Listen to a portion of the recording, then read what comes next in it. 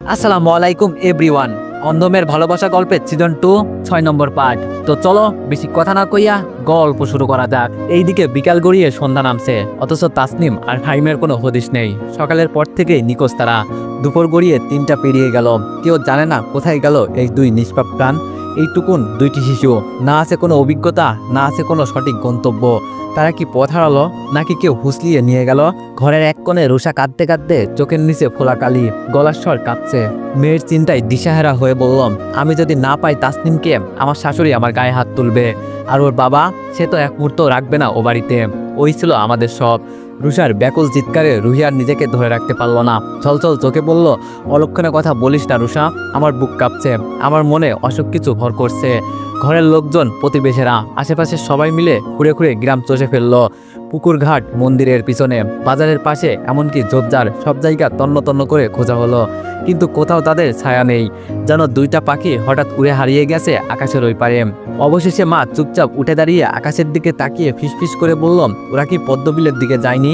সেই বিলটা, সেই কালো জলের বিল, যদি সেই বিল ওদের গিলে ফেলে? মায়ের কথা শুনে সবাই স্তব্ধ। এক নিঃশ্বাসে রুষা ছুটে গেল সেই বিলের দিকে। পিছনে আর কিছু ভাবার ফুরসত পেল না। বিলের ঘোলাটা জল যেন ভয়ঙ্কর নিশ্চুপ, তার বুকের গহীনে যেন হাজার রহস্য। সেই পদ্ম ফুলে ঢাকা জলের নিচে যদি লুকিয়ে থাকে কোনো অঘটন। ডুবুরি নামানো হলো বিলের জলে। একজন, দুইজন নয়, 3জন অভিজ্ঞ ডুবুরি মিলে সারি সারি ঘূর্ণায়মান ঢেউয়ের গভীরে খুঁজে চলল। সূর্য ডুবে সন্ধ্যা নামলো, চারিদিকে পাখিরা থেমে গেল, বাতাসে কুয়াশা ছায়া। তবুও পাওয়া গেল না তাসনিম বা ফাহিমের কোনো অস্তিত্ব, কোনো নিদর্শন, এমনকি কোনো শব্দ। বিলের কূলে দাঁড়িয়ে মা বোনেরা কান্নায় ভেঙে পড়ল। রাতের আকাশে চাঁদের আলোয় ভেসে এলো শুধু নিঃশব্দ হাহাকার। সেই হাহাকারেই যেন ডুবে যেতে থাকলো গোটা বাড়ি, গোটা গ্রাম। আর পদ্মবিল সে রইল নীরব, নির্বিকার, ঠিক আগের মতোই সুন্দর অথচ ভয়ঙ্কর। রাতের নিস্তব্ধতা ঘিরে ধরেছে চারিদিক। জানালার ফাঁক দিয়ে ঢুকে পড়া চাঁদের আলো ছুঁয়ে যাচ্ছে বিছানার কিনারা। শুয়ে শুয়ে রিয়া দীপুর দিকে মুখ বাড়িয়ে ধীরে বলল, কাল গ্যারেজে যাওয়ার আগে একটু সময় দিবেন, বাড়ির আঙ্গিনা কিছু অংশ ঘুরে দেখব। আর যদি পারেন কাল টাকা পাওয়ার পর পুঁইশাক, টমেটো, ঢেঁড়স, পটলের বীজ এনে দিয়েন তো। দীপু চোখ মিলে তাকালো রিয়ার মুখের দিকে। এই বীজ দিয়ে কি করবে? রিয়া বলল, সেটা সময় হলে নিজেই দেখে নেবেন। দীপু ঠোঁটে এক চিতলে হাসি ফুটিয়ে বলল, তুমি ফলাবে নাকি? রিয়া চোখ নামিয়ে মৃদুস্বরে বললাম, সেটা এখনই বলা যাবে না, পরে যদি সফল না হয় তখন আপনি যদি আমাকে নিয়ে মজা করেন। কিন্তু একটা কথা জানি, সফলতার মুখ দেখতে হলে আগে কষ্ট পোহাতে হয়। দীপু নরম গলায় বলল, তুমি যেখানে চেষ্টা করো সেখানে বিফলতা শব্দটা জায়গা পাই না। আমি কালই সব এনে দিব, তুমি আঙ্গিনায় স্বপ্ন বোনো, আমি মাটি প্রস্তুত করে দিব। রিয়ার ঠোঁটে শান্তির হাসি খেলে গেল। সে জানে সব অভাব চাপিয়ে এইটুকু ভালোবাসাই মানুষের জীবনের জমিতে চাষ করতে শেখায়। ভালোবাসা স্বপ্নের ও আশার শস্য। তারা দুজনেই জানে একদিন এই ঘরের পাশেই সবুজের নরম ঘ্রাণ উঠবে, আর সেই ঘ্রাণেই মিশে থাকবে তাদের লড়াইয়ের গল্প। ঘর জুড়ে নিঃশব্দতার মাঝে শুধু কান্নার শব্দ। রাত পেরিয়ে ভোর হলো, কিন্তু ঘুম এলো না কারোর চোখে। রুষা জ্ঞানহীন নিতর হয়ে পড়ে আছে বিছানায়, বুক ছেড়ে উঠছে হাহাকার। রুহি মাথায় হাত দিয়ে কাঁদতে লাগলো, আমার নারী ছেঁড়া ধন, আমার সোনা ফাহিম, কোথায় গেলি রে তুই? আমার মানিককে কেউ এনে দে, কেউ এনে দে। যে যা চাই আমি দিমু, যা খরচ লাগে আমি দিমু, আমার ছেলেকে শুধু ফেরত দে। কাঁদতে কাঁদতে কথাগুলো বলতে লাগলো সে। যখন যা চাইতো আমি দিতাম, লুকিয়ে লুকিয়ে তাকে ভালো ভালো খেতে দিতাম। ওর চোখে আমি পানি দেখলেই বুকটা ছিঁড়ে যেত রে। আমার ছেলে, আমার বুকের মানিক, আমার ছেলে। তার মুখ থেকে শুধু সেই একটি শব্দ বারবার ঘুরে ফিরে বের হতে লাগলো, আমার ছেলে, আমার ফাহিম। ঘরের বাতাস ভারী হয়ে উঠলো মাতৃত্বের এই আকুতি আর বুকপটা আত্মদানে। ভোরের আলোয় ডিম ধরে দাঁড়িয়ে রইল পুরো বাড়ি। পদ্মবিল দানো আরো ভয়াল, আরো নীরব। আর দূরে কোথাও নিবু নিবু বাতাসে দানো ভেসে আসছে রুহির সেই চিৎকার, আমার ছেলে। নির্ঘুম এক রাতের ভার নেই যখন তার পাশটা নিস্তব্ধ, তখন পূর্বাকাশে ধূসর আলোয় ফোটার আগেই দীপু উঠে পড়ল। রিয়াকে না জানিয়েই চুপি চুপি বেরিয়ে গেল ঘর থেকে। বাড়ির আঙ্গিনায় দাঁড়িয়ে খানিকক্ষণ তাকিয়ে রইল ফাঁকা জমিটার দিকে। এক পাশে ধারে বসে পুরানো কোদালটা হাতে নিল। মাটির গায়ে প্রথম কোপ বসাতে গিয়ে তার চোখে ভেসে উঠল তাদের স্বপ্ন, নতুন করে বেঁচে থাকার লড়াই। হালকা কুয়াশায় ভিজে আছে মাটি। দীপু ধীরে ধীরে খুঁড়তে শুরু করলো জমি, এক ফালি স্বপ্নের জমি, যেখানে রিয়া সবুজ ফসল ফলাবে। আর তার সেই ফসলেই হয়তো মিলবে বেঁচে থাকার এক টুকরো আশ্বাস। হাতে কষ্ট, কিন্তু মনটা জেগে উঠেছে। প্রতিটা কোপে যেন সে বলছে, এই জীবনকে সহজে হার মানাতে দিব না। তুমি পাশে আছো বলে বলেই এত কষ্টগুলো সহনীয় হয়ে উঠেছে। জমির এক পাশ প্রস্তুত করে কাঁধে কোদাল তুলে দীপু একবার পিছন ফিরে তাকালো ঘরের দিকে। রিয়াও কখন যেন উঠে দাঁড়িয়ে আড়াল থেকে তাকিয়েছিল চুপচাপ। দৃষ্টিতে জড়ানো ছিল নীরব ভালোবাসা, একরাশ মমতা। রিয়া স্বস্তির নিঃশ্বাস নিয়ে বললাম, আমাকে ডাকলে না যে? দীপু কোদাল থামিয়ে হালকা হেসে বললাম, তোমাকে ডেকে কি হবে, শুধু শুধু ঘুম ভেঙে দিতাম। যাও, এখনো সময় আছে, একটু ঘুমিয়ে নাও। রিয়া বললাম, আর জমি প্রস্তুত করতে হবে না, যতটুকু করেছেন ততটুকুতেই চলবে। দীপু মৃদু হাসলো, কোদালটা রিয়ার হাতে দিয়ে বললাম, তাহলে তুমি এটা নিয়ে ঘরে যাও, আমি গ্যারেজে যাচ্ছি। রিয়া বলল, খালি মুখেই বুঝি গ্যারেজে যাবেন? দীপু কেমন এক লজ্জা মেশানো ভঙ্গিতে মাথা নামিয়ে বললাম, ঘরে তেমন কিছুই নেই রিয়া, যা আছে তার নিজেই খেয়ে নিও। সবসময় আমাকে খাইয়ে নিজে না খেয়ে থেকো না। তুমি বোঝো না, তোমার খাওয়া মানেই আমার মেয়ের খাওয়া, আমার প্রাণের শান্তি। রিয়া কিছু বলল না। হাতে থাকা গামছাটা দিয়ে দীপুর ঘাম মুছে দিল নিঃশব্দে। একটা চোখে তাকালো, চোখে কোনো অভিমান নেই, কেবল অটুট ভালোবাসার ছায়া। তারপর ধীরে বলল, কষ্টের ভাতেই যদি ভালোবাসা থাকে তবে সেই আমার প্রিয় খাবার। দীপু বলল, লোকে মুখে শোনা, অভাব যখন দরজায় এসে দাঁড়ায়, ভালোবাসা তখন জানালা দিয়ে পালায়। তাই এই অভাবের সংসারে এই যে নিজে না খেয়ে আমাকে খাওয়ানো, তোমার এত ভালোবাসা আসে কোথা থেকে ম্যাডাম? রিয়া হেসে দীপুর চোখের দিকে তাকিয়ে রইল কিছুক্ষণ, তারপর নিচে সরে বলল, আপনি না খেলে আমার খাওয়াটা গলায় আটকে যায়। ভালোবাসা মানেই তো একে অপরকে আগলে রাখা। আপনি না থাকলে আমার খেয়াল রাখবে কে? দীপু পা থামিয়ে এক প্যাক পা করে আবার ফিরে এলো রিয়ার কাছে। চোখে মুখে ক্লান্তি থাকলেও সেই চেনা কোমলতা ঠিকরে পড়ছিল তার গলায়। তোমার জন্যই তো বেঁচে থাকার মানে খুঁজি রিয়া। যেই মুখে আমার রুটি তুলে রাখো, যে চোখ আমার না খাওয়া দেখে জলে ভরে ওঠে, তাকে খুশি রাখতে না পারলে আমি কেমন করে স্বামী হই? রিয়া চোখ নামিয়ে ফিসফিস করে বলল, তবে চলুন একটু পান্তা ভাত বানিয়ে দিই, এই পান্তা ভাতে হয়তো ক্লান্তি কিছুটা কমবে আপনার। দীপু হেসে বলল, তুমি যে পাশে আসো সেটাই আমার জন্য পুরো এক পান্তা ভাতের কারখানা। তবু তোমার হাতে বানানো পান্তা ভাতে অন্যরকম তৃপ্তি আছে। চলো আজ এভাবে একটু সুখ খুঁজে নিই পান্তা ভাতে। রিয়াও হেসে পড়ল মৃদু স্বরে। দুজনের পায়ের চাপ জড়িয়ে যেতে লাগলো উঠোনের ভেজা ধুলোর সঙ্গে, যেখানে প্রতিটি কষ্টের মধ্যে ছড়িয়ে আছে ভালোবাসার একটা নরম আলোর রেখা। ভাতের থালায় খানিকটা জল ঢেলে পান্তা বানিয়ে নিঃশব্দে নিয়ে এলো রিয়া। দীপুর সামনে থালাটা রেখে নিজেও পাশে বসে পড়ল। দীপু চামচ হাতে নিয়ে নিজের হাতে রিয়াকে খাওয়াতে লাগলো। রিয়া বলল, আজ কেন জানি তাসনিম আর ফাইনকে খুব দেখতে ইচ্ছা করছে। দীপুর কণ্ঠটা যেন হঠাৎ ভারী হয়ে এলো। রিয়া মৃদু স্বরে বলল, এই বাড়িতে বাচ্চা বলতে তো ওরাই ছিল, যখনই আসতো পুরো বাড়ি যেন প্রাণ ফিরে পেত। হাসি কান্না দৌড়ঝাঁপ সবই একরাশ জীবন ছিল ওদের মধ্যে। বড়রা ভুল করেছে, সিদ্ধান্ত নিয়েছে, কিন্তু শিশুরা তো কোনো দোষ করেনি, তাই হয়তো তাদের কথা বেশি মনে পড়ে। দীপু ভারী কণ্ঠে বলল, হয়তো। গ্রামের লোকেরা এবার আর কোনো সন্দেহ রাখলো না। ফাহিম আর তাসনিমকে এই কালো বিলি গ্রাস করেছে। এই নিরীহ শান্ত প্রকৃতির মুখোশের আড়ালে লুকিয়ে থাকা সেই মরণ ছায়া, যার সৌন্দর্য শুধু নয়, রয়েছে এক ভয়ঙ্কর আত্মা, যা তরতাজা প্রাণ টেনে নেয় নিজেদের তলে।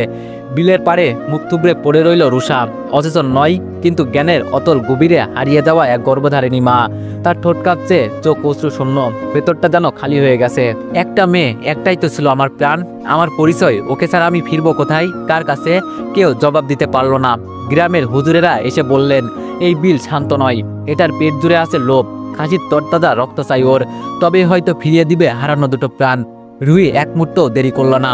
জমি বিক্রির টাকা থেকে 25,000 টাকা দিয়ে কিনে ফেললো গ্রামের সবচেয়ে মজবুত স্বাস্থ্যবান খাসিটা, কারণ সে জানতো ওদের প্রাণের দাম সে দিতে পারবে না। তবে চেষ্টা থেমে গেলে বাকি জীবনটা শুধু অনুশোচনায় ফুটতে হবে। বিলের কিনারে সেই খাসি বলি দেওয়া হলো। রক্তের লাল ধারা ধীরে ধীরে মিশে গেল কালো জলে। সমস্ত গ্রাম নিঃশব্দে তাকিয়ে রইল। এক ফালি হাওয়া উঠল, আর হঠাৎ সেই নিষ্পাপ জলের উপর ভেসে উঠল ছোট্ট দুটির মৃতদেহ, ফাহিম ও তাসনিমের। বুক ফেটে কান্না ভেসে উঠল আকাশে। জীবন থেমে গিয়েছে, কিন্তু মাতৃত্বের স্পন্দন থামে না। রুহি ছুটে গিয়ে জড়িয়ে ধরল শিশু দুটির মৃতদেহ, যেন নিজের বুকের উষ্ণতায় আবার প্রাণ ফিরিয়ে দিতে চাই। আমার মানিক, আমার নারী সেরার ধন, চোখ খুলো বাবা, মা এসেছে। কিন্তু তাদের চোখ আর খোলেনি, আর কোনো হাসি ফোটেনি। বিল নিল, আবার ফিরিয়ে দিল, তবে প্রাণ নয়। স্মৃতি হয়ে ফিরে হলো দুটি নিষ্পাপ শরীর। রুহির বুক ফাটা কান্নায় কেঁপে উঠল পুরো বিলপাড়া। চারপাশে যেন বাতাস থমকে গেল। পাখির কিচির মিচির থেমে গিয়ে শুধু শোনা যাচ্ছে রুহির আকুল আহাজারি। আমার সোনা বাবা, তুই আমারে ফেলে কেমনে চলে গেলি রে? তুই তো কইছিলি তোর গাড়ি লাগবে, বড় বড় গাড়ি, মা তোকে সব দিবে। তুই তো বলছিলি তোর বোন ছাড়া বাড়ি যাবি না। দেখ তোর বোনও তোর লগে গেছে রে বাবা। রুষা হু হু করে কাঁদছে। মা হয়ে বুকের ভেতরটা যেন খালি হয়ে গেছে। মৃদুল হাঁটু গেড়ে বসে পড়েছে মাটিতে। মৃদুলের বন্ধু ছুটে গিয়ে খবর দিল রুষা ও রুহির শ্বশুর বাড়িতে। বাচ্চা হারানোর দুঃখ যতটা না তাদের, তার চেয়ে বেশি ছিল আশঙ্কা ওই বাড়িতে এই সংবাদ পৌঁছালে কি হবে। দুপুর গড়িয়ে বিকেল পেরোতেই দেখা গেল ধুলো উড়িয়ে দুটা মাইক্রোবাস এসে থামলো উঠোনে। নেমে এলেন রুষার শাশুড়ি, শ্বশুর, দেবর আর তার মা। আরেক গাড়ি থেকে নেমে এলো রুহির শ্বশুর বাড়ির লোকেরা, চোখ মুখে উত্তাপ, কণ্ঠে ব্যাকুলতা। রুষার শাশুড়ি নাতনির বুকে জড়িয়ে হাউমাউ করে কেঁদে উঠল। আমার নয়নের মণি ও তাসনিম, ওঠো দিদি ভাই ওঠো, তুমি দিদার সাথে ঘুরতে যাবে না? কও না দিদি ভাই। রুষার শ্বশুর আড়াল থেকে চোখের জল মুছতেছিল। দুঃখে কষ্টে মা এক কোণে দাঁড়িয়ে কাপা গলায় বললেন, বাচ্চারা কোনো পাপ করেনি, হয়তো আমাদেরই কোনো দোষ ছিল। আমাদের সংসার ভাঙনে ওদের প্রাণ গেল। গ্রামের পুরুষেরা নিঃশব্দে এগিয়ে এলো। ছোট ছোট দুইটি কাঠের তাবুত বানানো হলো। তাসনিম আর ফাহিমকে শেষবারের মতো গোসল করানো হলো বিলারি পবিত্র তলে। যার কালো বুক থেকে ফিরে আসা এই শিশু দুটি আর কখনো কথা বলবে না, হাসবে না। জনম জুড়ে পুড়ে যাওয়া মায়ের মুখে এখন শুধু একটাই প্রার্থনা, আল্লাহ ওদের বেশ দিও, ওরা তো তোমার ফেরেশতার মতোই ছিল। সূর্য তখন অশ্রু যাচ্ছে। আর সেই রক্তিম আকাশের নিচে ফাহিমার তাসনিমের ছোট দুটি জানাজাই গোটা গ্রাম মাথা নিচু করে দাঁড়িয়ে থাকলো। চোখের জলেই যেন জানাজার অজু সারা হলো। নাতনির কবরের মাটি তখনও শুকায়নি। কবরের পাশে বসে থাকা রুষার শাশুড়ি, মুখ থমথমে, চোখ লাল, দৃষ্টিতে বিষ। চারপাশে শোকাবহ পরিবেশ ছাপিয়ে একসময় কণ্ঠে তীব্র বিষণ্ণতা নিয়ে বলে উঠলেন, কলঙ্কিনী, তোর কারণে আমার নয়নের মণি আজ মাটির নিচে। নিজের ছেলেকে উদ্দেশ্য করে বললেন, আমি তোদের আগেই বলেছিলাম এই মেয়ের ছায়াও মন্দ। আজ আমার কথা সত্যি প্রমাণ করলো রে। আমার নাতনি ছিল আমার খেলার সাথী, আমার বাড়ির আলো। ওরে তুই খাইলি, তোকে আমি কোনোদিন ক্ষমা করব না। আজই আমার ছেলেকে ফোন করে বলমু তোকে তালাক দিতে। আর ওই বাড়ির চৌকাটে পা রাখার অধিকার তোর নাই। যদি কখনো ফিরে আসিসও আমার নাতনির হাত ধরে আসিস, নইলে নয়। রুষার মুখ থেকে কোনো শব্দ বের হলো না। চোখের জল শুকিয়ে গিয়েছিল আগেই। শুধু নিঃশব্দে মাথা নিচু করে বসে থাকলো। বুকের মধ্যে আগুনের শিখা জ্বলতে থাকলো, সে চুপ। অন্যদিকে রুহির স্বামী দাঁড়িয়েছিলেন খানিক দূরে। ছেলেকে একবার শেষবারের মতো বুকে জড়িয়ে ধরেছিলেন দীর্ঘক্ষণ, যেন সেই জড়িয়ে থাকায় কিছু প্রাণ ফিরে আসবে। তারপর না কোনো কথা, না কোনো অভিযোগ, চুপচাপ পিছন ফিরলেন। কেউ কিছু জিজ্ঞেস করার আগেই হাঁটতে শুরু করলেন গ্রাম ছেড়ে অজানা গন্তব্যের দিকে। মানুষেরা তাকে ডাকলো। কেউ একজন বলল, দুলা ভাই কোথায় যাচ্ছেন? তিনি কেবল একবার পিছনে তাকালেন, দৃষ্টিতে তীব্র শূন্যতা। তারপর ধীরে ধীরে হারিয়ে গেলেন দৃষ্টিসীমার বাইরে। কে জানে কোথায় গেছেন। কাউকে কিছু না বলে অজানা গন্তব্যে। শোক, ঘৃণা, তীব্র যন্ত্রণা আর না বলা হাজারটা কথা ঝুলে রইল সেই বিকেলের স্তব্ধ বাতাসে। আজও খালি হাতে বাড়ি ফিরল দীপু। লজ্জায় চোখ তুলে রিয়ার দিকে তাকাতেও পারল না সে। রিয়া নরম গলায় জিজ্ঞেস করল, বাজার আনেননি?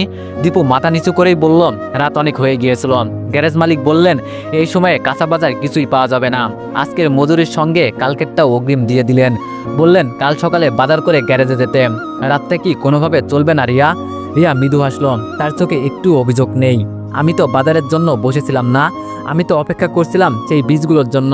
আজ না আনলে কি হয়েছে, কাল আনবেন তাতেই হবে। দীপু চুপ করে রইল কিছুক্ষণ, তারপর ফিসফিস করে বলল, রাতে খাওয়ার মতো কিছু আছে? মানে তুমি খাওয়ার মতো কিছু থাকলে খেয়ে শুয়ে পড়ো।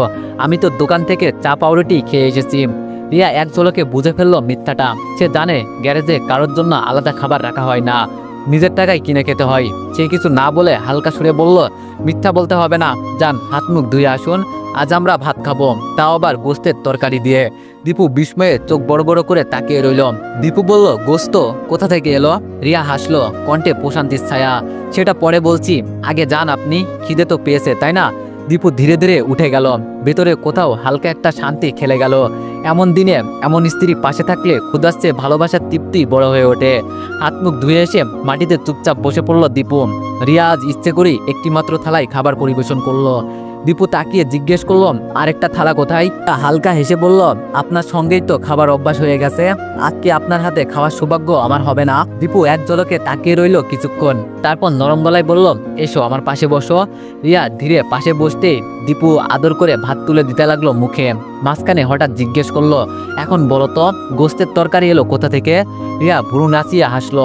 রিয়া বলল, তাকে শরীরটা আজ খুব একটা ভালো ছিল না, ওনার ঘর যেটে মুছে রান্না বান্না করে রান্নাঘরটা গুছিয়ে দিয়েছিলাম। খুশি হয়ে তিনি এক বাটি গোস্তের তরকারি হাতে দিয়ে বললেন, দীপুকে নিয়ে খেয়ে নিও। দীপু থেমে গেল এক মুহূর্ত, তারপর গলা নরম রেখে বলল, কাকে কে সাহায্য করেছো সেটি নিঃসন্দেহে ভালো, কিন্তু তরকারি আনতে গেলে কেন? কাকি যদি মনে করেন তুমি ওনার কাজের বদলে কিছু চেয়ে নিয়েছো, এমনিতেই কাকির কাছে আমরা অনেক ঋণী। রিয়া কপাল কুঁচকে বলল, আমি চাইনি কিছুই, কাকি ভালোবেসে জোর করেই দিয়েছেন। দীপু নিঃশ্বাস ছেড়ে বলল, ভালোবাসা হলে আলাদা কথা, কিন্তু রিয়া তুমি কখনো তোমার কাজের বিনিময়ে কারোর কাছ থেকে কিছু আনবে না। তুমি আমার স্ত্রী, কোনো বাড়ির কাজের মেয়ে নও। তোমার গায়ে আমার সম্মানের ছায়া আছে। তোমার কাজের বিনিময়ে আনা খাবার আমার গলা দিয়ে কখনোই নামবে না। এখন আমার 2 হাত 2 পা সচল আছে। আমি কাজ করে যতটুকু পারবো এনে দিব, তা দিয়ে কষ্ট করে সংসারটা চালিয়ে নিও। রাতটা যেন পাথরের মতো ভারী হয়ে নেমে এলো ঘরের চারিদিকে। কারোর মুখেই খাবার উঠল না। চারিদিক শুধু নিস্তব্ধতা আর চাপা কান্নার শব্দ। রুষা নিঃশব্দে অশ্রু ফেলে যাচ্ছিল, তেমন ভাবে যেমন কেউ হারায় তার ভিতরে সব আলো। রুহির কান্না সময়ের পর সময় যেন কেবল তীব্রতর হচ্ছিল। আমার সোনা বাবা, আমার মানিকটা, আমি কই রাখি নিজেকে? আল্লাহ গো, আমাকে নিয়ে যাও, আমার ছেলেকে ফিরিয়ে দাও। মা এসে 2 মেয়েকে বুকে টেনে শান্ত করার চেষ্টা করলেন। তাদের পিঠে হাত রেখে কাঁপা গলায় বললেন, কেঁদে আর লাভ কি বল, তারা তো আর ফিরবে না। আল্লাহ যেন ওদেরকে জান্নাত দান করেন। বাবা এবার চুপ থাকা ভেঙে ঠান্ডা গলায় বললেন, সব তোদের পাপের ফল রে মা। তার গলায় অভিমানের পাশাপাশি বিষাদার ক্লান্তি মিশেছিল। তোরা ধীরে ধীরে হিংস্র হয়ে গেছিলি। মা বাবা, ভাই বোন, আত্মীয় স্বজন সবাইকে ভুলে গিয়ে তোরা শুধু টাকার পিছনে ছুটেছি, যার জন্য মনুষ্যত্ব হারালি, যার জন্য তোদের মন থেকে মায়া উঠে গেল। তিনি দীর্ঘ নিঃশ্বাস ফেলে আবারও বললেন, আজ এই পাপের ফল তোরা দেখে নে। আমার নাতি নাতিটা তোদের দোষের প্রায়শ্চিত্ত করে গেল প্রাণ দিয়ে। একটু থেমে তিনি আবারও বললেন, আমি একজন বাবা হিসাবে এখন আর কিছু চাই না, শুধু চাই তোরা সঠিক পথে ফিরে আয়। পৃথিবীতে অনেক কষ্ট হয়েছি, কিন্তু নিজের রক্তের দোষে এই শাস্তি, এই দুঃখ আর সহ্য হয় না মা, আর না। রুহি মাথা নিচু করে বলল, বাবা আমরা ভুল করেছি, কিন্তু আজ যেন সেই ভুলের মাসুল খুব বেশি মূল্য দিতে হলো। আমার বুকটা ফেটে যাচ্ছে বাবা। আমি মাপ চাই, আমি মাপ চাই আমার ফাইমের কাছে। আমি তাকে দেখে রাখতে পারিনি, আমার বাবাটারে বাঁচাতে পারিনি। রুষা কাঁপা কণ্ঠে বলল, আমার মেয়ে, আমার তাসনিম, ওর ছোট ছোট চুলগুলো খেলে দিতাম প্রতিদিন। আজ কিভাবে ঘরে ফিরবো ওকে ছাড়া? শাশুড়ির চোখে ঘৃণা, স্বামীর চোখে আগুন, আমি কোথায় দাঁড়াবো মা? মা এগিয়ে এসে রুষার মুখটা তুলে বললেন, কান্না করলেই যদি ওরা ফিরে আসতো তবে আমি সারা জীবন কাঁদতাম মা।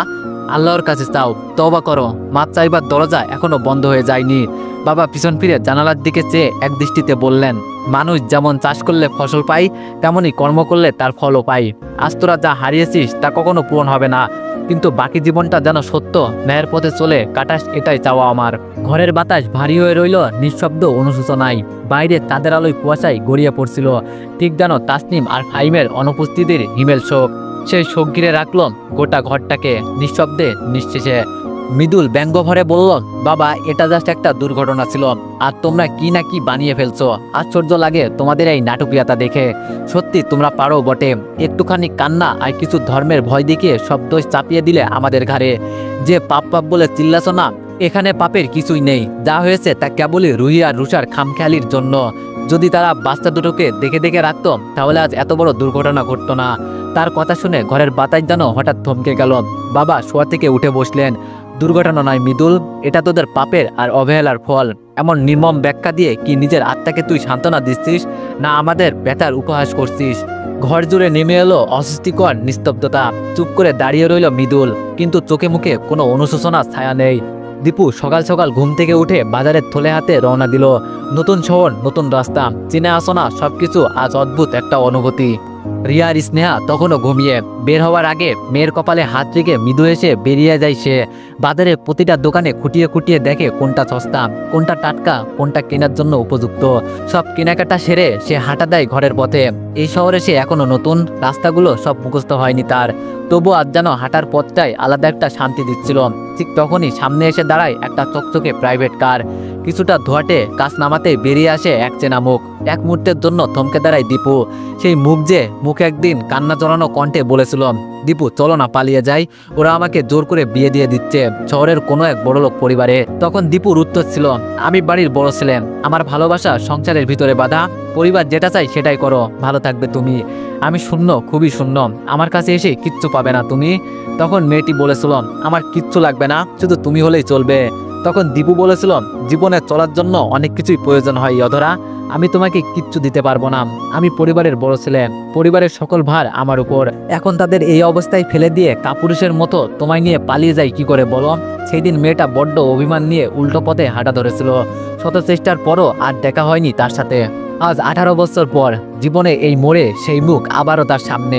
কিন্তু আজ দীপুর মনে উত্তেজনা নেই, নেই কোনো পুরনো অনুভূতির জোয়ার। শুধু একটা দীর্ঘশ্বাস বেরিয়ে আসে। ভালোবাসা বারবার হয় কিনা জানি না, কিন্তু রিয়াকে দেখার পর তোমার পরে দ্বিতীয়বার আমি তাকে ভালো না বেশে পারিনি। একটা সময় ছিল যখন দীপু মনে করত এই মেয়েটাকে ছাড়া হয়তো সে বাঁচতেই পারবে না, অথচ আজ 18টা বছর পেরিয়ে গেছে, তবুও সে বেঁচে আছে। সত্যি সময় কখনো কারোর জন্য থেমে থাকে না। দীপু তাকিয়ে রইল মেয়েটার শান্ত নির্মল মুখের দিকে। এই জীবনে মেয়েটার চাওয়া খুব বেশি কিছু ছিল না, শুধু তাকে চেয়েছিল। অন্য প্রেমিকদের মতো দীপু তাকে মহামূল্য কিছুই দিতে পারিনি, তবুও টিফিনের টাকা জমিয়ে যতটুকু পেরেছিল ভালোবাসা ততটাই উজাড় করে দিয়েছিল। হঠাৎ মেয়েটার ডাকে ভাঙলো তার মনোযোগ। দীপু, তুমি এখানে? দীপু বলল, আমি এখানে থাকি। অধরা বলল, বিয়ে করেছো? দীপু বলল, হ্যাঁ, একটা মেয়েও আছে। অধরা বলল, কেমন আছো তুমি? দীপু বলল, ভালোই। তুমি কেমন আছো অধরা? অধরা বলল, এই তো ভালোই, ছেলেকে নিয়ে স্কুলে যাচ্ছিলাম, তোমায় দেখে একটু থেমে গেলাম। নিয়তি কি অদ্ভুত, তাই না? আজ 18 বছর পরে এসেও আমাদের দেখা হয়ে গেল। মৃদু আসলো দীপু। অধরা বলল, হাতে দেখি বাজারের থলি, বাজারে গিয়েছিলে বুঝি? দীপু বলল, হ্যাঁ। অধরা বলল, তাহলে যাও, গৃহিণী নিশ্চয়ই অপেক্ষা করছে তোমার জন্য। দীপু আবারও হাঁটা শুরু করলো। ঠিক তখনই পেছন থেকে অধরা ডাক দিল, দীপু। দীপু পিছন ফিরে তাকালো। অধরা নিজের গলা থেকে স্বর্ণের চেনটা খুলে দীপুর হাতে দিয়ে বলল, এটা আমার তরফ থেকে তোমার মেয়ের জন্য উপহার, আর তোমার জন্য শেষ স্মৃতি বলেও ভাবতে পারো। উপহার ফিরিয়ে দিতে নেই, তাই নিঃশব্দে চেনটা হাতে নিয়ে কিছুক্ষণ স্থির দাঁড়িয়ে রইল দীপু। হঠাৎ যেন চারপাশটা নিস্তব্ধ হয়ে এলো। পুরোনো দিনের অনেক চেনা অচেনা অনুভূতি এসে ভিড় জমালো বুকের মধ্যে। তবু সবকিছুর মাঝেও একটাই প্রশ্ন বুক চিরে উঠতে লাগলো, এই চেনটা রিয়াকে দেখালে সে কি ভাববে, কি বলবে? দীপু জানে রিয়ার কাছে সে কোনো কিছুই গোপন রাখতে চায় না। এই স্বর্ণালঙ্কের ওজন যতটা না সোনার, তার চেয়ে বেশি পুরনো স্মৃতির। তো এভরিওয়ান, নেক্সট পার্টের জন্য অপেক্ষা করো। ধন্যবাদ।